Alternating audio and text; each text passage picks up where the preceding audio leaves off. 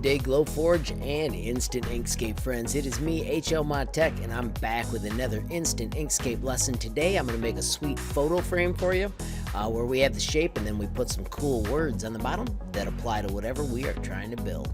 So let's get cracking.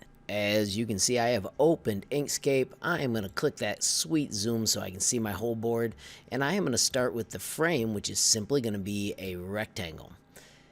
Type in whatever measurements you need. I am just building one for fun, but I do know that I don't want it rounded, so I'm going to change these numbers to 0 so that I've got sharp corners. Let's make sure we're using our material wisely. I'm going to just grab and snap it over to the edge of where that cut is going to be, and then I'm going to draw the inside shape.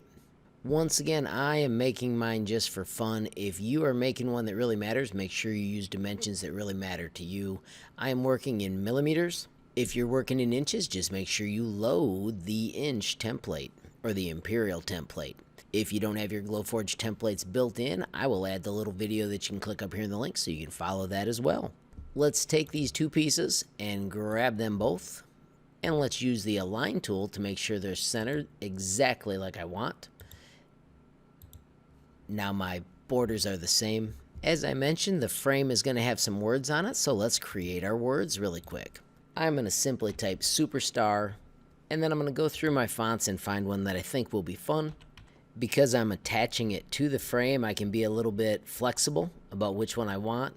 I kind of like this black chancery, so let's give it a shot and see if it works. I'm going to stretch this out so it's the size that I want. I'm going to do Control Z and undo that quickly. If you want it to scale the same in every direction, make sure you hold Control as you stretch it. I'm going to move my cool words off to the side for a second. So now let's click our centerpiece, hold down Shift, click the outside piece, and choose Path, and let's do the difference. What this does, and I'll just click a silly fill, is gives us the frame that we're going to make our project out of. I'm going to set that fill back to 0 because I don't want it filled, and I'm going to leave my cut because I am cutting this frame out. Let's move over to our words, and we know that we need to do path, and let's start by doing object to path. I'm going to pick an engrave color real quick just so it stands out, but I do not intend to engrave this.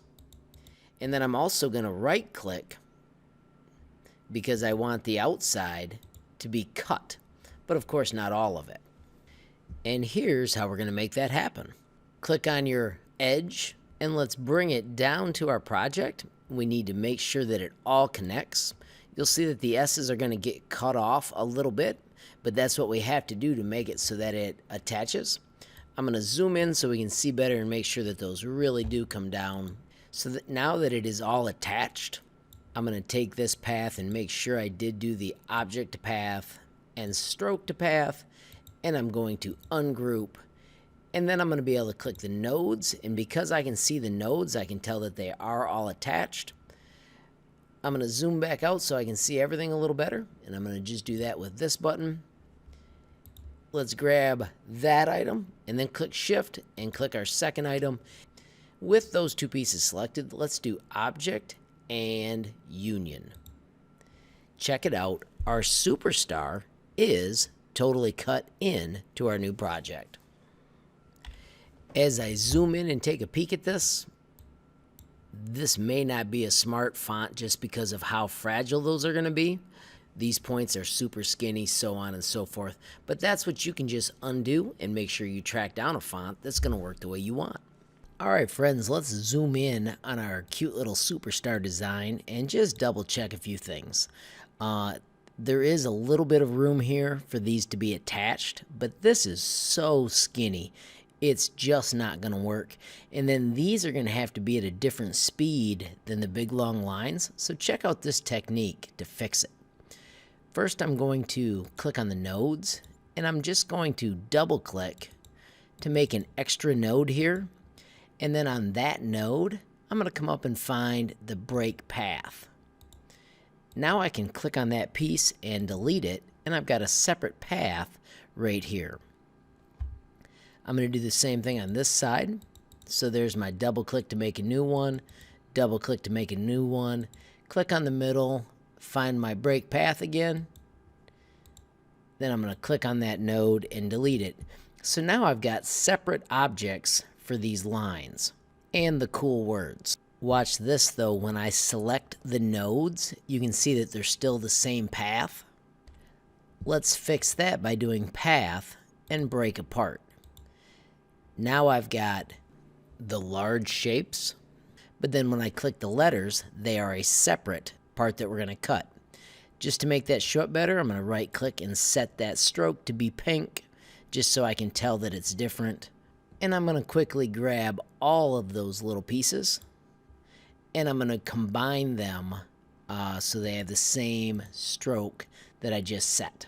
And then I'm also going to make them a group. This area and this area and this area is too thin for this to actually work. So I'm going to click the node tool, and I'm going to simply zoom in and fix those little parts by hand. I could have picked a smarter font, but you know what? This skill is just as handy, being able to see that you're going to have issues and then adjust it so it does what you want. When you hit zoom, if you right click, it zooms out. I'm going to click these one more time with the node tool and even move them up just a hair more so there's a little bit more strength at that spot where the hole is. This time I'm going to hold shift and click. Notice when I scroll it moves up. I can tweak just a little bit more to get the exact look that I want. I'm also going to take this and make the gap a little wider so there's more cardboard left where these are each attached. Especially right here at the R, where it was going to be pretty much just cut off if I didn't do that.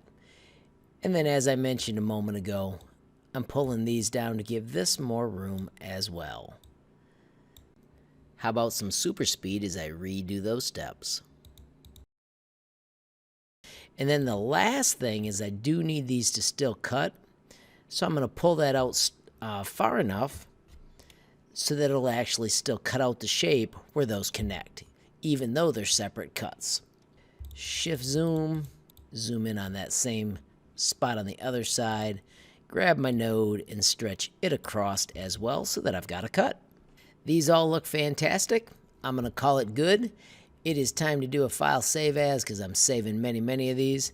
And this one's going to be saved as number 4 so that I can now send it to the Glowforge and make my cool frame with words added on it. Alrighty friends, thanks for watching. If you found this useful, please hit that like button. If you've got a question, comment, or even a suggestion like this project was suggested to me, add it down below. If you haven't subscribed yet, what are you waiting for? Smash that subscribe button, and last but not least, hit the notification bell if you want to be the first to know when there's a brand new movie from me, HLModTech. Thanks for watching. Have a great day.